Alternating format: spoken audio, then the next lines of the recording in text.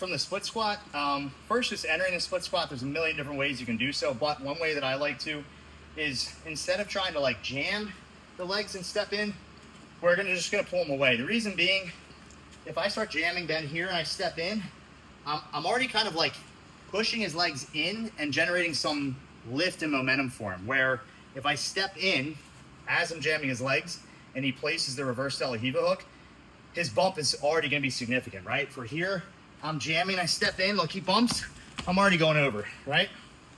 So if I want to enter the split squat, I kind of want to remove some space from him before I step into that guard. I don't want to step in when it's congested.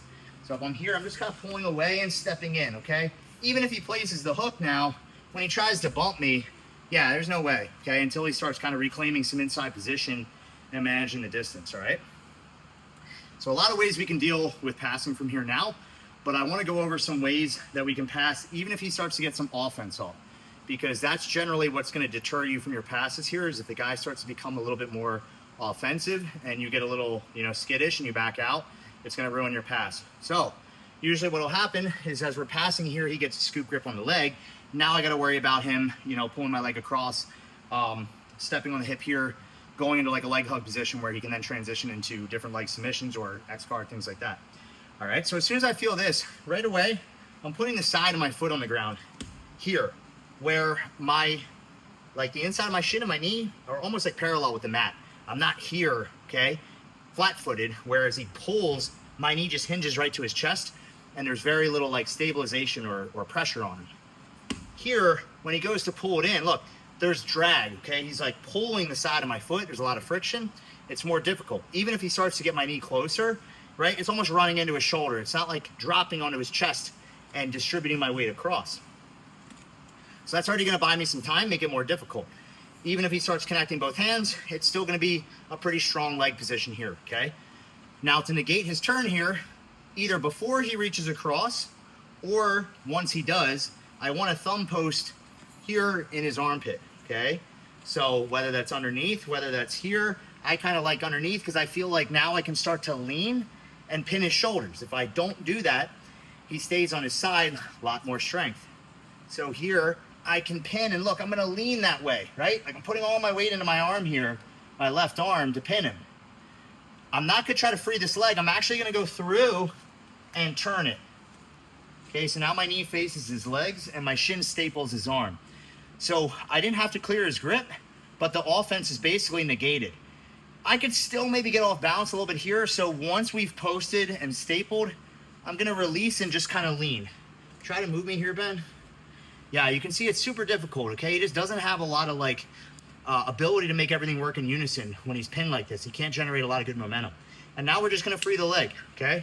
So if the legs are open, I point my toes and lift, boom, we're out. If I try to do that and he's kind of clamping here, all right, this leg might now be effectively stuck.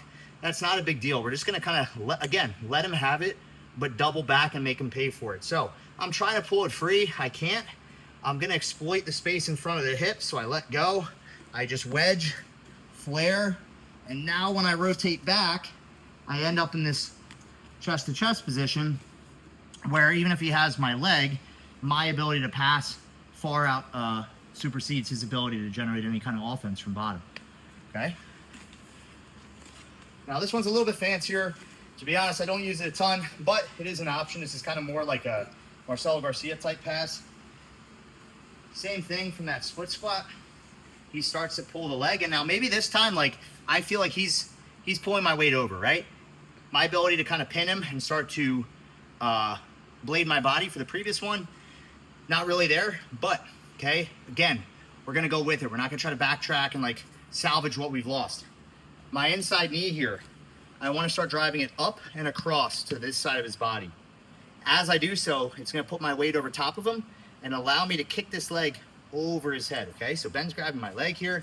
He's pulling me onto him. Look, I'm driving like this, okay? You see that? So I'm almost like surfing him here. It looks like I'm about to get swept, but this left leg becomes light, so I kick it through and I start to turn and face him, okay? Now, obviously, a talented grappler on bottom is not gonna let me just cut this leg through and sprawl out and pass, right? He's gonna start turning to face me. He's gonna try to get an underhook. So, knowing that, when he pulls me on top here and he shoots that underhook, yeah, look, I'm just pulling myself free and I'm trying to clamp with my elbow tight and I'm trying to cross face. So this would be ideal, right? I kind of catch him early stages and I'm able to stick him here. Worst case scenario, if I go like this and he's already turning up, up, up, look, I rotate and I'm gonna beat him to the position here.